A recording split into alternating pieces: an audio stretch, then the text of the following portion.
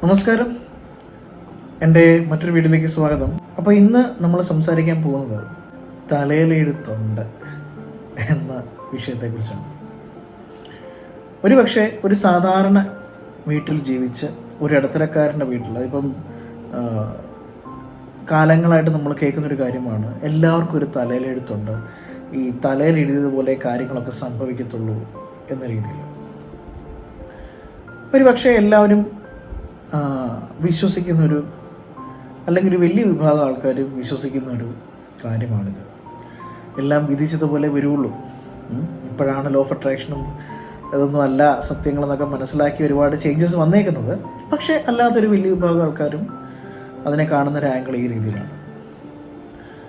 അപ്പോൾ അവരെ സംബന്ധിച്ചിടത്തോളം നമ്മൾ പറയുവാണെങ്കിൽ, അവരെ പഠിപ്പിച്ചേക്കുന്ന അച്ഛനമ്മമാർ, ടീച്ചർമാർ, അല്ല അവർ വിശ്വസിക്കുന്ന, അവർ ഒരു വിഷയസ് അവർ വാല്യൂ കൊടുക്കുന്ന, അല്ല നമ്മൾ വാല്യൂ കൊടുക്കുന്ന ഒരു വലിയ വിഭാഗം ആൾക്കാർ, നമ്മുടെ മൂത്തവരെല്ലാവരും പറയുന്ന, അവരെല്ലാവരും പറയും ഞങ്ങൾ ഒരുപാട് ഓണം ഉണ്ടതാണ്, ഞങ്ങൾക്ക് എല്ലാവർക്കും ജീവിത അനുഭവങ്ങളുണ്ട്, അപ്പം നമ്മൾ എത്ര ആഗ്രഹിച്ചാലും, ഇതൊക്കെയല്ല നമ്മളെ പറഞ്ഞ് പഠിപ്പിക്കുന്നത്, എത്രയൊക്കെ ആഗ്രഹിച്ചാലും ഒരുപാടൊന്നും ആഗ്രഹിക്കാൻ പാടില്ല, അല്ലെങ്കിൽ ഒരുപാട് ആഗ്രഹിച്ചാൽ ദൈവം കോപിക്കും, അവനവൻ്റെ തലമറന്ന് എണ്ണ തേക്കരുത്, ഇങ്ങനെയൊക്കെയുള്ള ഒരുപാട് കാര്യങ്ങൾ നമ്മൾ കേട്ടിട്ടുണ്ട്.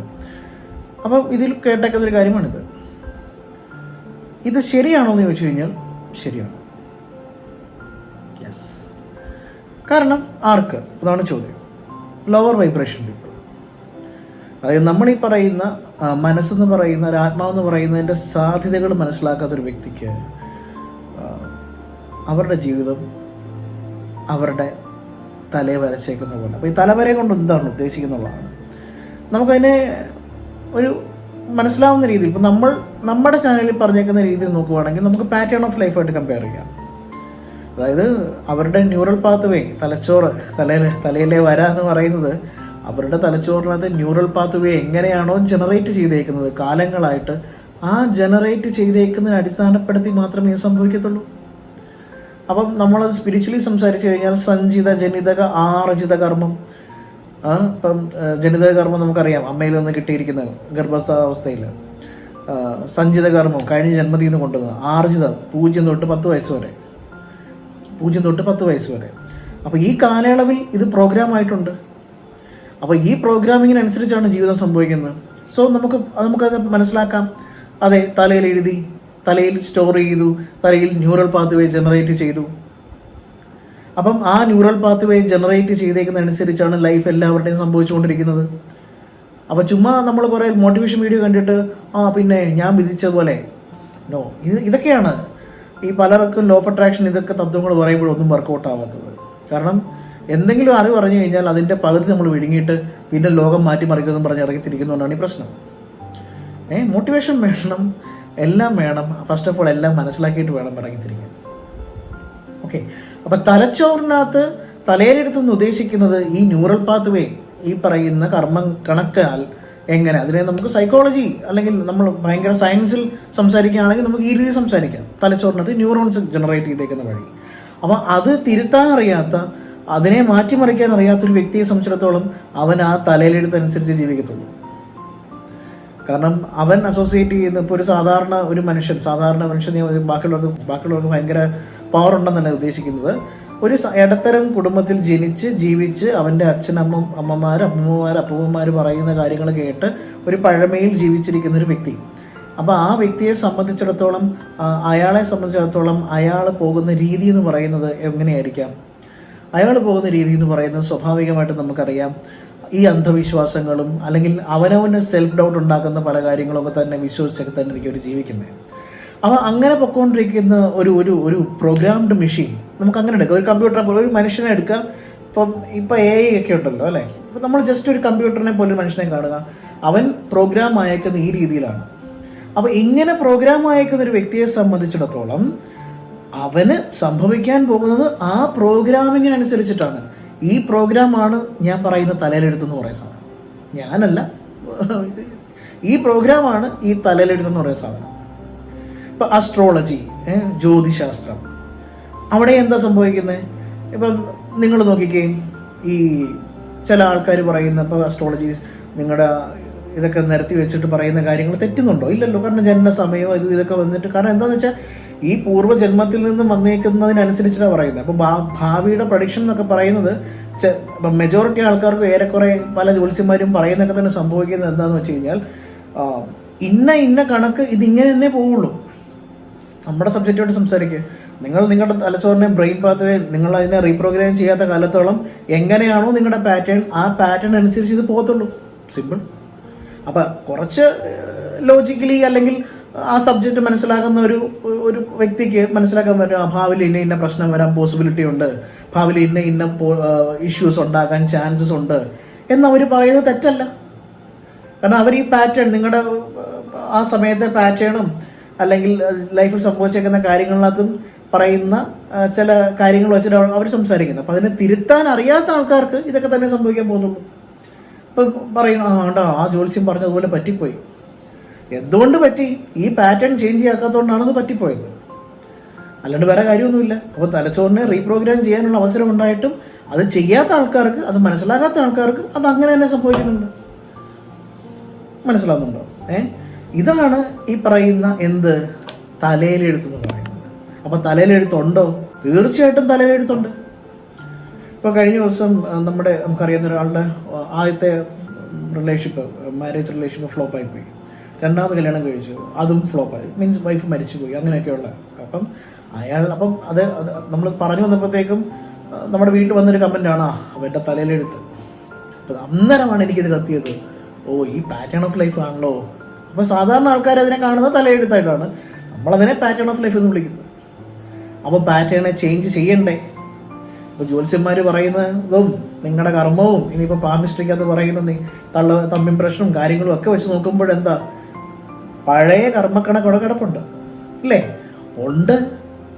അത് തിരുത്താൻ അറിയാത്ത ആൾക്കാർക്ക് അത് അങ്ങനെ തന്നെ സംഭവിക്കും. മനസ്സിലായോ? അപ്പോൾ അതിനെ കുറച്ചെങ്കിലും മനസ്സിലാക്കി തിരുത്തുന്ന ആൾക്കാർ എന്താണ്, സബ് കോൺഷ്യസ് റീപ്രോഗ്രാമിംഗ് വളരെ വിദഗ്ധമായിട്ട് മനസ്സിലാക്കി ചെയ്യുന്ന ആൾക്കാർക്ക്, അത് സീരിയസ് ആയിട്ട് കാണുന്ന ആൾക്കാർ അത്രയും എഫേർട്ട് എടുത്തെങ്കിൽ മാത്രമേ ഈ പറയുന്ന പാറ്റേൺ ചേഞ്ച് ആകത്തുള്ളൂ. സ്വാഭാവികമായിട്ടും അവിടെ എന്താ സംഭവിക്കുന്നത്? തലയിലെഴുത്ത് മാറും. തലയിൽ എഴുതിയ എന്നുവെച്ചാൽ ന്യൂറൽ പാത്വേ പുതിയത് ജനറേറ്റ് ചെയ്യാൻ തുടങ്ങും. അപ്പോൾ അതിനെ കൺസിസ്റ്റൻസിയോട് കൂടി തന്നെ എല്ലാ ദിവസവും റീപ്രോഗ്രാം ചെയ്ത് ശീലമാകുന്ന വ്യക്തികൾക്ക് പുതിയ ലൈഫിലേക്ക് പോകാൻ പറ്റും. ലോജിക്ക് മനസ്സിലായല്ലോ? ഇതാണ് സംഗതി. അപ്പം നിങ്ങൾ പലരും അച്ഛനമ്മമാർ പറയും തലയെഴുത്താന്ന് പറയുമ്പോൾ നിങ്ങൾ തർക്കിക്കാനൊന്നും പോകണ്ട.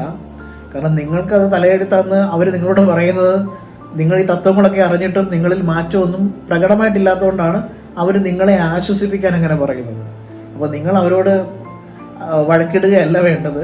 നിങ്ങളുടെ തലയെഴുത്ത് മാറ്റാൻ റീപ്രോഗ്രാം ചെയ്യണം.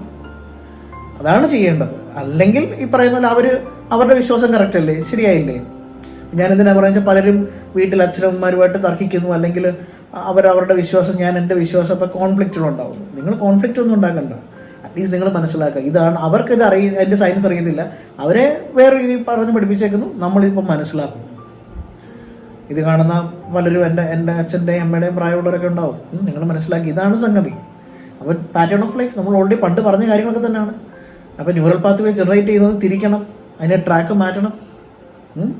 അതിന് നമ്മൾ ചെയ്യുന്ന രീതി, നമ്മൾ പറഞ്ഞില്ലേ, ഞാൻ ചെയ്യുന്ന രീതി ചുമ്മാ കുറേ ഗ്രാറ്റിറ്റ്യൂഡ് പറയിച്ചതോ ഒന്നുമല്ല. നിങ്ങൾ എന്താണെന്ന് മനസ്സിലാക്കി നിങ്ങളിൽ മാറ്റേണ്ട മാറ്റങ്ങളെ നിങ്ങൾക്ക് കാണിച്ചു തന്ന് അതിനെ കൃത്യമായിട്ട് മാറ്റിമറിക്കുന്ന ആൾക്കാർക്ക് കൃത്യമായിട്ട് നിങ്ങളുടെ പാറ്റേണെ അറിഞ്ഞ് ചേഞ്ച് ചെയ്യണം. അല്ലെങ്കിൽ ഒരു സിലബസ്, ഇപ്പം എല്ലാവരും നോക്കുന്നത് എന്താ, ഒരു സ്പിരിച്വാലിറ്റി എന്ന് പറയുമ്പോൾ തന്നെ കുറേ സിലബസ് പഠിച്ചു വെക്കുന്ന പോലെ, കുറേ മെഡിറ്റേറ്റ് ചെയ്യണം, കുറേ യോഗ ചെയ്യണം, അല്ല അങ്ങനെ ഇങ്ങനെയൊന്നുമല്ല.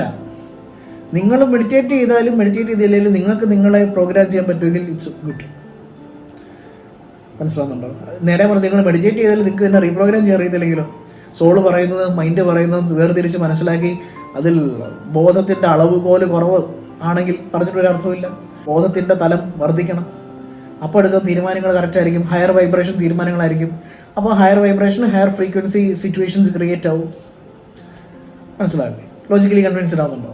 ഇതാണ് സംഗതി. അപ്പോൾ മനസ്സിലാക്കുക. ഓക്കെ, അപ്പം നമ്മൾ ഫെബ്രുവരി നമ്മൾ സ്റ്റാർട്ട് ചെയ്തു. നമ്മൾ പുതിയ ക്ലാസ്സുകൾ നമ്മൾ സ്റ്റാർട്ടാക്കിയിട്ടുണ്ട്.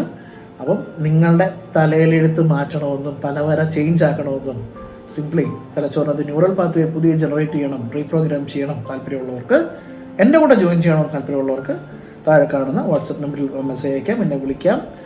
ക്ലാസ്സിൻ്റെ ഡീറ്റെയിൽസ് ഞാൻ പറഞ്ഞു തരുന്നതായിരിക്കും. ഞാൻ ഓൾറെഡി പറഞ്ഞിട്ടുണ്ട്, നമ്മുടെ ക്ലാസ്സിൽ ജോയിൻ ചെയ്യാൻ താല്പര്യമുള്ളവർക്ക് ആ രീതിയിൽ നമുക്ക് മുന്നോട്ട് പോകാം. 2024 നിങ്ങളുടെ തലവര നിങ്ങൾക്ക് ഗുണമുള്ള രീതിയിൽ മാറ്റിയെടുക്കാൻ പറ്റും. ഇതാണ് പണ്ട്. അപ്പം ഇപ്പം നമുക്ക് വേണമെങ്കിൽ ഒരു സംശയം ചോദിക്കാം. ഈ ഭൃഗു മഹർഷിയോട് അദ്ദേഹത്തിൻ്റെ ശിഷ്യൻ ഇപ്പം സതീദേവിക്കും അച്ഛനായിട്ടുള്ള പ്രജാപതി ദക്ഷനും കോൺഫ്ലിക്റ്റ് ഉണ്ടായ സമയത്ത് ഭൃഗു മഹർഷി ഇവരുടെ ജാതകം നോക്കിയപ്പോൾ അതിലെന്തെങ്കിലും പോസിബിലിറ്റി ഉണ്ടോ ചേഞ്ച് ആക്കാൻ നോക്കിയപ്പം അദ്ദേഹത്തിൻ്റെ ശിഷ്യൻ ചോദിച്ചു, മഹർഷി ലിഖിതമായതല്ലേ സംഭവിക്കുകയുള്ളൂ? അദ്ദേഹം പറഞ്ഞ അങ്ങനെയല്ല. ഒരു വ്യക്തിയുടെ ഇച്ഛാശക്തിയും കർമ്മ നിയന്ത്രണവും ഉണ്ടെങ്കിൽ അവൻ്റെ ഇംഗിതത്തിനനുസരിച്ച് പോകാൻ സാധിക്കും, അവൻ്റെ വിധിയെ തിരുത്താൻ കഴിയും എന്ന് അസ്ട്രോളജി എഴുതിയ മഹർഷിമാരടക്കം പറഞ്ഞിട്ടുണ്ട്. ഇനി ഞാൻ ഈ പറഞ്ഞ മഹർഷിയുടെ പേര് അങ്ങോട്ടും ഇങ്ങോട്ടും മാറിയിട്ടൊന്നും പറയരുതേ.